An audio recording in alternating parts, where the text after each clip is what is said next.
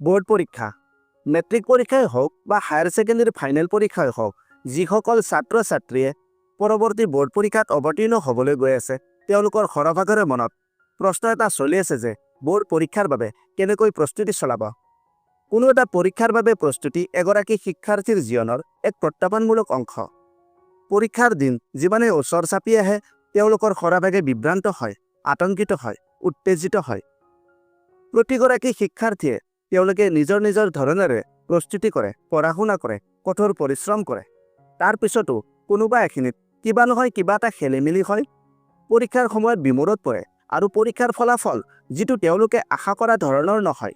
ধৰি লোৱা তোমালোকৰ বোৰ্ড পৰীক্ষা অহা ফেব্ৰুৱাৰী মাহত অনুষ্ঠিত হ'ব আৰু এতিয়া তোমালোকৰ হাতত বৰ বেছি সময় নাই। ধৰি লোৱা কেৱল মাত্ৰ আৰু 6 মাহ সময় বাকী আছে। এই 6 মাহ সময়ক কেনেদৰে সদুপয়োগ কৰিবা, কেনেদৰে পঢ়া শুনা কৰিবা, বোৰ্ড পৰীক্ষাৰ বাবে কেনেদৰে প্ৰস্তুতি কৰিবা, এইটো এটা গুৰুত্বপূৰ্ণ প্ৰশ্ন। নমস্কাৰ, মই দিগন্ত। আজি আমি এই ভিডিঅ'টোৰ মাধ্যমেৰে বোৰ্ড পৰীক্ষাৰ বাবে বাকী থকা 6 মাহ সময় কেনেদৰে সদুপয়োগ কৰিব পাৰি আৰু বোৰ্ড পৰীক্ষাৰ বাবে কেনেদৰে প্ৰস্তুতি চলালে তোমালোকৰ প্ৰস্তুতি সাৰ্থক হ'ব, বোৰ্ড পৰীক্ষা ভাল ফলাফল লাভ কৰাত সহায়ক হ'ব, এই বিষয়ে এই ভিডিঅ'টোত বিশদভাৱে আলোচনা কৰিম। আমাৰ এইটো চেনেলত হাইস্কুল শিক্ষান্ত পৰীক্ষা আৰু উচ্চতৰ মাধ্যমিক চূড়ান্ত পৰীক্ষাৰ বাবে প্ৰয়োজন হোৱা সুপৰিকল্পিত প্ৰস্তুতিৰ বিভিন্ন কৌশল, বিষয় অনুসৰি প্ৰশ্নৰ উত্তৰ, লেচনসমূহৰ সাৰাংশ, শাৰী অনুসৰি অসমীয়া অনুবাদ, অধ্যয়ন কৌশল, মডেল প্ৰশ্ন কাকত আদিৰ দৰে বিভিন্ন শৈক্ষিক বিষয়ত বহুতো ভিডিঅ' উপলব্ধ হৈ আছে। তোমালোকে ভিডিঅ'বোৰ চাবা। ভিডিঅ'বোৰ যদি তথ্য সমৃদ্ধ হয় আৰু ইয়াৰ দ্বাৰা উপকৃত হ'লে লাইক আৰু শ্বেয়াৰ কৰিবা। চেনেলটো যদি ছাবস্ক্ৰাইব কৰা নাই, দৰকাৰী আৰু তথ্য সমৃদ্ধ ভিডিঅ'ৰ নটিফিকেশ্যন পাবলৈ চেনেলটো ছাবস্ক্ৰাইব কৰি লোৱা। এই ভিডিঅ'টো প্ৰস্তুত কৰাৰ আগতে অফ দ্য ৰেকৰ্ড মই বহু কেইগৰাকী শিক্ষাৰ্থীৰ লগত এই বিষয়ে আলোচনা কৰিছোঁ।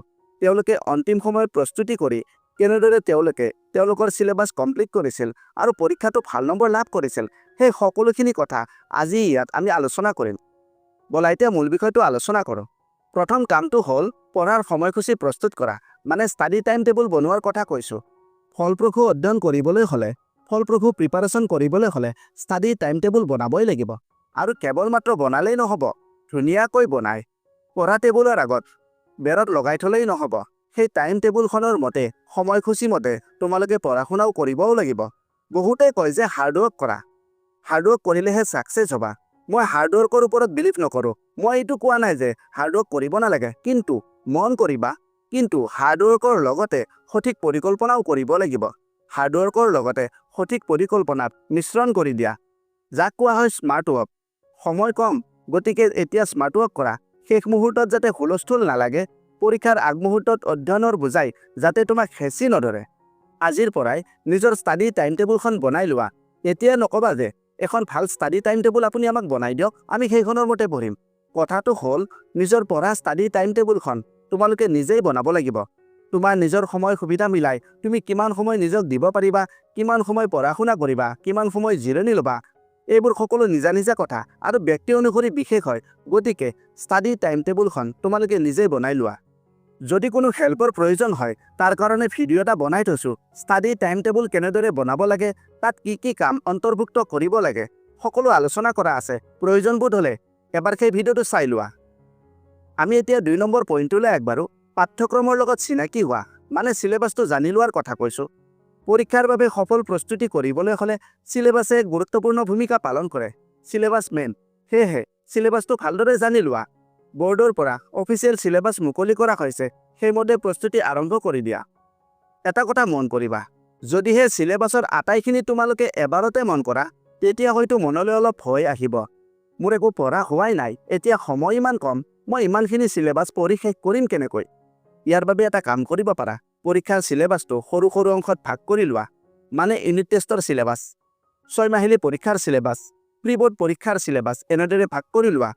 প্ৰতিটো মাহৰ কাৰণে এটা লক্ষ্য বনাই লোৱা, যেনে আগষ্ট মাহত মই এইখিনি পঢ়ি শেষ কৰিমেই, ছেপ্টেম্বৰ মাহত মই ইমানখিনি পঢ়াৰ লগতে মই ৰিভিজনো কৰিম, আৰু সেইমতে অলপ অলপ কৰি পঢ়ি যোৱা। তেতিয়া দেখিবা যে তোমালোকৰ সকলো চিলেবাছ পৰীক্ষাৰ আগতে কমপ্লিট হৈছে আৰু ৰিভিজন কৰিবলৈও পৰ্যাপ্ত সময় পাবা। আৰু শুনা, গোটেই চিলেবাছ কমপ্লিট কৰিলেই নহ'ব। প্ৰতিটো বিষয়ৰ, প্ৰতিটো পাঠৰ ভিতৰত কিছুমান দৰকাৰী আৰু গুৰুত্বপূৰ্ণ অংশ থাকে, সেইবোৰ চিনাক্ত কৰি তোমালোকে নিজেই নোটছ বনাব লাগিব। এইটো কেনেকৈ চিনাক্ত কৰিবা আমি অলপ পিছতে আলোচনা কৰিম। ষ্টাডি টাইম টেবুল হ'ল, চিলেবাছখিনিও ভালদৰে জানি ল'লা, এতিয়া পঢ়িবা কেনেকৈ?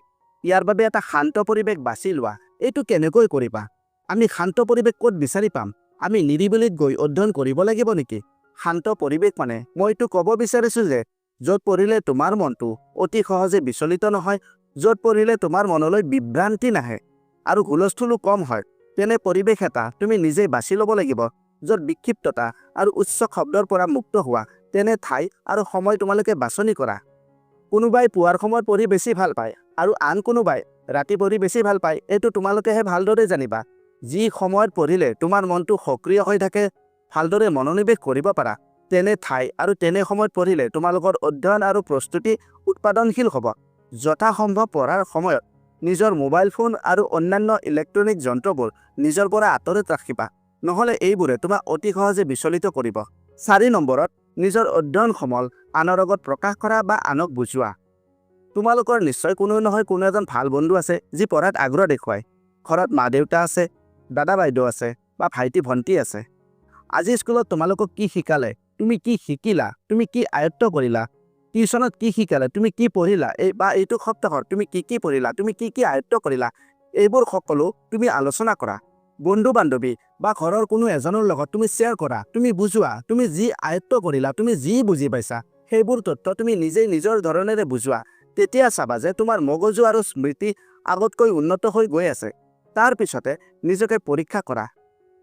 পৰীক্ষাৰ বাবে প্ৰস্তুতি কৰোঁতে তুমি কেৱল পঢ়ি গ'লেই নহ'ব, কেৱল মুখস্থ কৰি গ'লেই নহ'ব, সময়ে সময়ে নিজকে পৰীক্ষাও কৰি গৈ থাকিব লাগিব। ইয়াৰ বাবে যিমানে পৰীক্ষাত অৱতীৰ্ণ হ'বা, যিমান কেইখন প্ৰশ্ন কাকত তোমালোকে অনুশীলন কৰিবা, তোমালোক সিমানে লাভৱান হ'বা। বিগত বৰ্ষৰ প্ৰশ্ন কাকত, প্ৰি বৰ্ড পৰীক্ষাৰ প্ৰশ্ন কাকত, ভাল আৰু উন্নত মডেল প্ৰশ্ন কাকত, আপ টু ডেট চিলেবাছৰ চেম্পুল প্ৰশ্ন কাকত সকলো যুগুত কৰি মাহত কমেও 6খন প্ৰশ্ন কাকত ঘৰতে নিজে অনুশীলন কৰিবা। তেতিয়াহে নিজৰ দুৰ্বল ক্ষেত্ৰ বুজি পাবা। যেতিয়ালৈকে তোমালোকে নিজৰ দুৰ্বল ক্ষেত্ৰ চিনাক্ত কৰি সেইবোৰ শুধৰণি কৰিব নোৱাৰা, শক্তিশালী কেনেকৈ হ'বা? প্ৰশ্ন কাকত সমাধান কৰোঁতে কি কথা মনত ৰাখিব লাগে? প্ৰশ্ন কাকত সমাধান কেনেকৈ কৰিব লাগে, এই বিষয়ত আগতে আলোচনা কৰি থৈছোঁ। ডেছক্ৰিপশ্যনত লিংক আছে। ভিডিঅ'টো চালে ভালেখিনি লাভ হ'ব আৰু এইটো কাৰ্য তোমালোকৰ উৎপাদনশীলো হ'ব।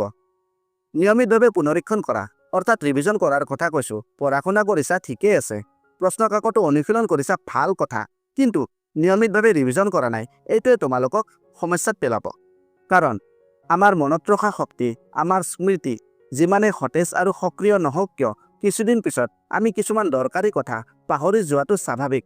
গতিকে নিৰ্দিষ্ট ব্যৱধানত নিয়মিতভাৱে অধ্যয়ন সামগ্ৰীসমূহ ৰিভিজন কৰিলে সেইবোৰ আমাৰ মনত সতেজ কৰি ৰখাত সহায় কৰে। কোনো এটা বিষয়ৰ অধ্যয়ন কৰাৰ সময়ত বিষয়ৰ বাবে নোটছ বনাই লোৱা আৰু গুৰুত্বপূৰ্ণ দৰকাৰী কথাবোৰ নিয়মিতভাৱে ৰিভিজন কৰিবা, প্ৰেক্টিছ কৰিবা। ইয়াৰ দ্বাৰা কথাবোৰ দ্ৰুতভাৱে মনত পেলোৱাত সহায় হয়। শেষত আটাইতকৈ মূল কথাটো হ'ল পৰ্যাপ্ত বিৰতি আৰু জিৰণি। পৰীক্ষাত ভাল নম্বৰ পাবলৈ বুলি দিনে নিশাই পঢ়ি গৈ আছা, বিৰতি লোৱা নাই, জিৰণি লোৱা নাই, তেতিয়া তোমালোকৰ স্বাস্থ্য বেয়া হ'ব, বেমাৰ হ'ব, আৰু বেমাৰ হ'লে আমাৰ স্মৃতিশক্তি কমে। গতিকে পঢ়া শুনাৰ মাজে মাজে পৰ্যাপ্ত বিৰতি ল'ব লাগে, পৰ্যাপ্ত জিৰণি ল'ব লাগে। আমাৰ মন আৰু শৰীৰ দুয়োটাকে সুস্থ কৰি ৰাখিব লাগিব। সুস্থ শৰীৰত সুস্থ মগজুৱে বাস কৰে। গতিকে টোপনি ক্ষতি নকৰিবা, ভাল খাদ্য খাবা, নিয়মিত ব্যায়াম কৰিবা, নিজৰ স্বাস্থ্যৰ যত্ন ল'বা। আশা কৰিলোঁ আজি আমি যিবোৰ কথা আলোচনা কৰিলোঁ তোমালোকে ভালদৰে বুজি পালা, আৰু যদি আলোচনা কৰা কথাখিনি অনুসৰণ কৰিলে তোমালোকে লাভৱান হ'ব পাৰিবা বুলি ভাবা, নিজে অনুসৰণ কৰাৰ লগতে নিজৰ বন্ধু বান্ধৱীৰ লগতো এই ভিডিঅ'টো শ্বেয়াৰ কৰিবা। আজিলৈ ইমানতে এৰিলোঁ। অতি সোনকালে আন এটা আকৰ্ষণীয় বিষয়ৰ সৈতে পুনৰ লগ পাম। ধন্যবাদ। कामयाबी का शॉर्टकट, मेहनत और डेडिकेशन, ये चैनल बनाए तेरा परफेक्ट फाउंडेशन। सब्सक्राइब करो, join this ride, let's grow together side by side।